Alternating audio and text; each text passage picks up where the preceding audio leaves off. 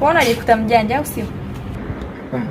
Umenichungulia huko bafuni naoga, afu sasa hivi unajifanya kama hakuna kilichotokea. Naomba unilipe.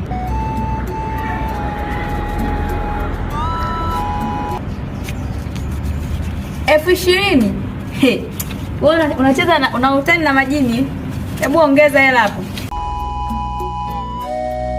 Mkome mtakuja kufa vibaya.